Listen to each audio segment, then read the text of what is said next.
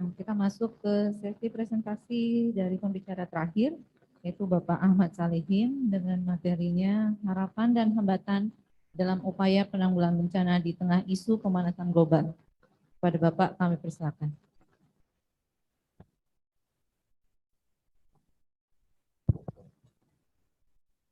Bismillahirrahmanirrahim. Assalamualaikum warahmatullahi wabarakatuh. Alhamdulillah, salatan wassalamu ala rasulillah wa ala alihi washabihi wa mawalah. Puji syukur kita panjatkan kepada Allah Subhanahu wa taala, selawat dan salam pada junjungan kita Nabi besar Muhammad sallallahu alaihi wasallam. Yang saya hormati seluruh senior-senior saya dari semua narasumber, nampaknya saya yang paling junior. Saya yang paling cetek ilmunya, saya yang paling sedikit pengalaman. Tapi saya juga dapat penghormatan dari panitia untuk menjadi narasumber. Semata-mata karena organisasi yang saya pimpin sebenarnya, bukan gara-gara saya. Saya yakin itu. Baik, lanjut. Nah, kita mulai dari hal yang paling mendasar lagi. Nah, semoga ini menjadi pembelajaran bagi kita bahwa Allah Subhanahu wa taala juga sudah mengingatkan kita sebagai daerah yang dikatakan kita sebagai daerah yang bersyariat, itu harus jadi dasar kita. Lanjut, kita cepat saja, lanjut lagi, dilompati aja, oke. Aceh, langsung kita bicara Aceh. Satu lagi deh ke depan. Nah secara kawasan Aceh mempunyai 62% Pak, kawasan hutannya. Kalau tadi persyaratan kita Pasar 30, sebenarnya kita sudah melebihi, ada 60. Dan rata-rata hulu das itu di dalam kawasan, akan tetapi 62% itu secara statusnya ya kawasan hutan. Cuman perlu lagi kita kaji ulang, apakah status itu masih diikuti dengan fungsinya. Tapi dari pemaparan Bang TM, kemudian narasumber-narasumber lain, saya yakin kita bersepakat 62% itu hanya status, tidak lagi didukung oleh fungsinya.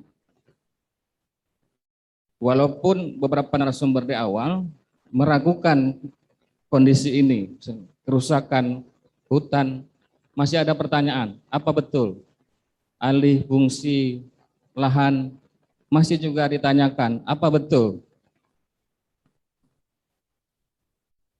departemen atau kementerian yang khusus mengurusi kawasan hutan juga sudah mengeluarkan data bahwa benar terjadi kerusakan hutan, bahwa benar terjadi alih fungsi lahan, bahwa benar ada lahan-lahan kritis. Contoh pengakuan bahwa kondisi hutan kita tidak baik-baik saja, bahwa di 2021 Kementerian Lingkungan Hidup dan Kehutanan itu mendapat jatah anggaran 7 triliun. Tetapi hampir lebih setengahnya digunakan untuk di 2 direktorat. Ada PDASAL, kemudian KSDAI. PDASAL itu bicara khusus terkait dengan lahan kritis. Nah, dari besarnya alokasi yang dianggarkan untuk lahan kritis, bahwa terbukti bahwa kondisi hutan kita tidak baik-baik saja. Dari paparan para narasumber, saya melihat konsep yang ditawarkan, paparan yang ditawarkan lebih kepada cerita-cerita di hilir seluruhnya. Mau seberapa tinggi tanggul yang akan kita buat, mau seberapa banyak bendungan yang akan kita bangun, ketika kondisi di atasnya tidak kita perbaiki, otomatis itu akan sia-sia, Pak. Seberapa banyak infrastruktur yang kita bangun, kalau persoalan inti di hulunya tidak diperbaiki, saya pikir semua itu akan tidak ada artinya. Nah, bicara ketimpangan lahan, Dari data yang saya tampilkan terbukti bahwa lebih dari 20%, 21% itu hanya untuk perkebunan. Belum lagi bicara tanaman industri, belum lagi bicara IUP. Sudah sedemikian timpangnya ya, penataan hutan dan lahan kita. Sudah demikian timpangnya penguasaan lahan di kita. Ini kondisi ini tidak hanya di Aceh, di seluruh Indonesia, bahwa hanya 1% orang menguasai 59% lahan di Indonesia. Jadi rasio gini penguasaan lahannya luar biasa timpang. Lanjut deh. Nah, ini tren bencana juga bisa dilihat di banyak tempat. Lanjut. Nah, ini yang kami lihat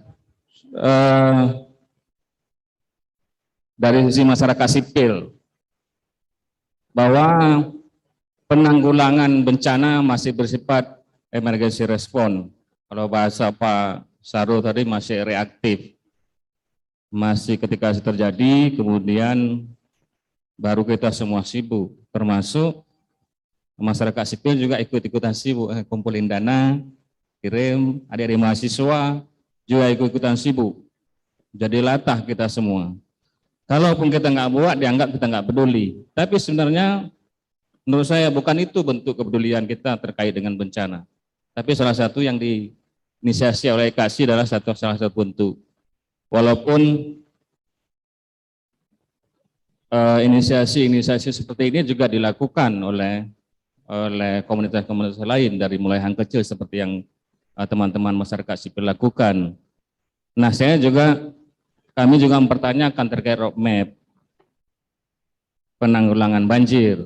Nah, bagaimana implementasinya? Kemudian infrastruktur, alat sosialisasi, kemudian tantangannya orientasi pembangunan infrastruktur dan sumber daya alam itu mengesampingkan kepentingan lingkungan. Bisa dilihat contoh paling dekat yang selama ini terjadi penolakan di masyarakat, misalnya ketika ada pemberitaan Bumi Resource melakukan investasi di Aceh Tengah. Nah, penolakan kuat terjadi ketika kita diskusi sama Pak Bupati menyampaikan, oh kami di wilayah tengah kesulitan lahan pertanian karena dikelilingi oleh kawasan hutan. Tetapi ketika ada investor, lahan pertanian yang sedikit itu juga diserahkan ke investor. Jadi pernyataannya itu seperti nggak nyambung. Satu sisi menyatakan bahwa APL kami terbatas, tapi kemudian ketika ada investasi, justru APL itu diberikan ke investasi. Nah, kemudian instrumen lingkungan hidup, apakah itu AMDAL, KHLAS, itu disusun, dibuat dengan partisipatif, kemudian melibatkan semua pihak. Akan tetapi itu tidak dijadikan acuan dalam pengambilan kebijakan. Dia hanya untuk memenuhi syarat administrasi. Bahkan tahapan yang dilakukan itu kadang-kadang justru terbalik. Selesai dulu tata ruangnya, baru disusun KLAS-nya, atau disusun bersamaan. Ada dulu perusahaan, baru diurus izin lingkungannya. Itu salah satu bukti bahwa kepentingan lingkungan itu dikesampingkan. Nah, kemudian terkait dengan pendidikan, baik di formal maupun non formal. Nah, Walhi sebagai lembaga suara masyarakat yang kecil, upaya-upaya seperti ini sudah kami lakukan, walaupun masih kecil sekali kontribusinya, terutama terhadap masyarakat yang sudah terlanjur berada dalam kawasan hutan misalnya. Karena pemerintah juga membuat kebijakan afirmasi, misalnya mengakomodir masyarakat sudah terlanjur berada dalam kawasan hutan melalui skema perhutanan sosial misalnya.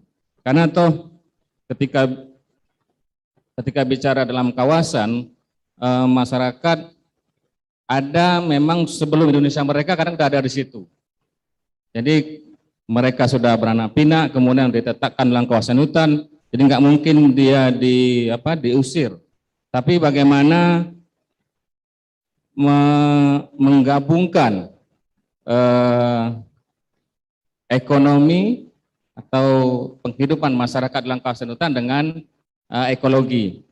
Nah, proses-proses pendidikan, tindakan-tindakan kecil yang kami lakukan secara tidak langsung itu ada sekitar 17.000 kakak yang sudah kita bantu untuk mengakses lahan dalam kawasan, tapi dengan prinsip-prinsip keadilan ekologi dan ekonomi.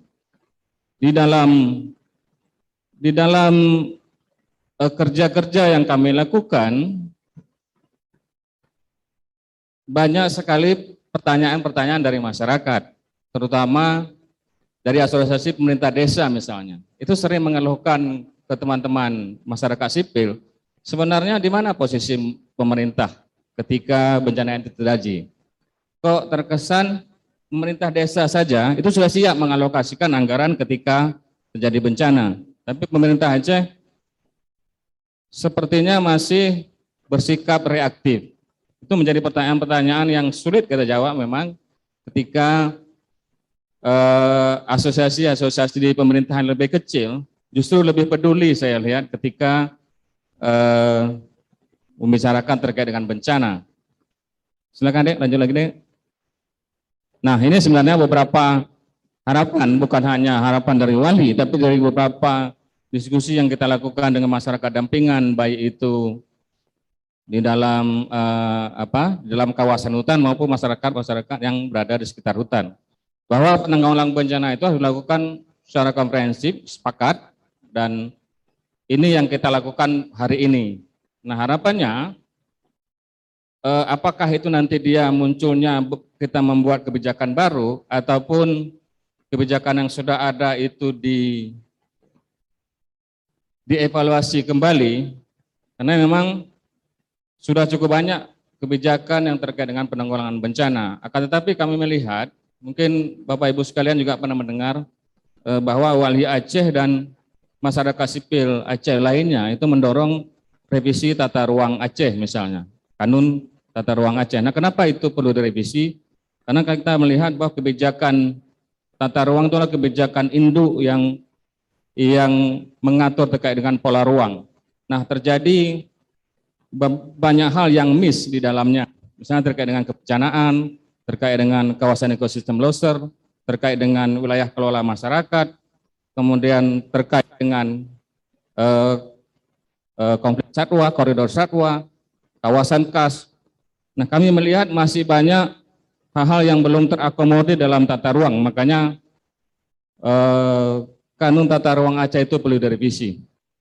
Nah, kemudian perubahan orientasi pembangunan yang selama ini yang seharusnya mengedepankan prinsip pembangunan berkelanjutan, tidak hanya ekonomi dan sosial, tapi juga kelanjutan ekologinya. Nah, kemudian pendidikan kebencanaan tidak hanya di ruang-ruang formal, tapi juga informal, sampai kepada kembali sebagai daerah yang syariah, tentu syiar keagamaan ini harus juga sampai kepada mimbar-mimbar dakwah. Nah, kemudian penanggulangan dilakukan dengan kolaborasi ilmiah dan ilmiah. Ilmiah itu istilahnya kearifan lokal, Pak. Tapi juga ada kearifan lokal yang saya kira tidak lagi mungkin diterapkan sekarang, terkait dengan bagaimana bersahabat dengan banjir. Oke, kita bisa bersahabat dengan banjir, tapi banjirnya nggak bersahabat lagi, Pak. Kalau dulu karena semata kaki, sedengkul atau selutut, kita masih bisa bersahabat. Masih berharap tanaman mangga kita banyak buah. Tapi kalau tanaman mangganya udah tenggelam, nggak mungkin berbuah lagi dia. Jadi nggak bisa lagi kita bersahabat. Jadi ada memang hal-hal di mana itu dulu bisa dilakukan, tapi sekarang mungkin nggak mungkin lagi. Karena memang sudah berbeda kondisi.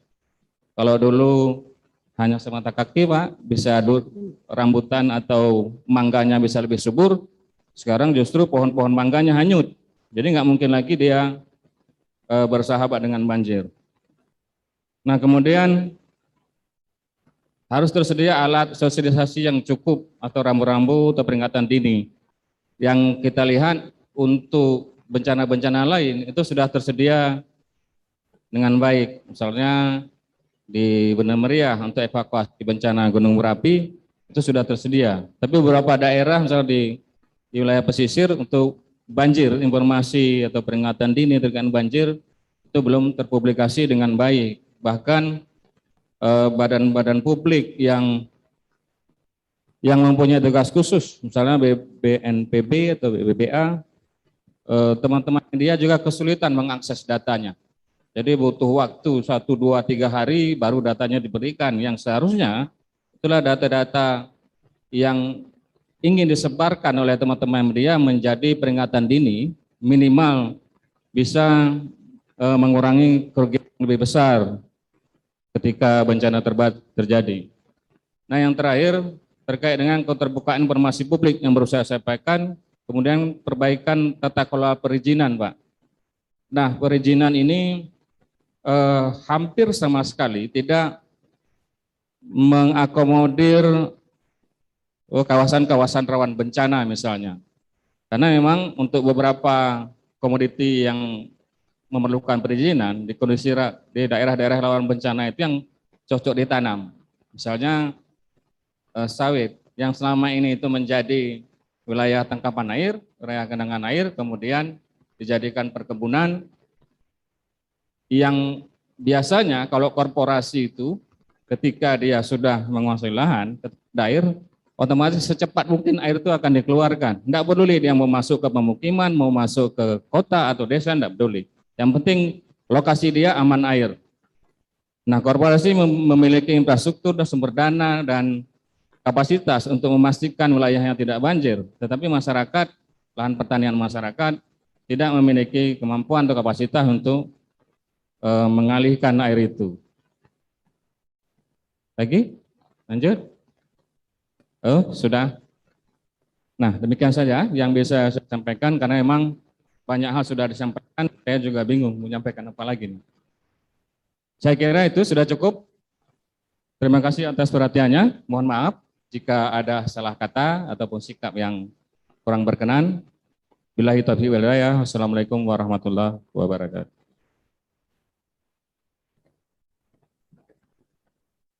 Baik, alhamdulillah sesi presentasi telah selesai kita laksanakan.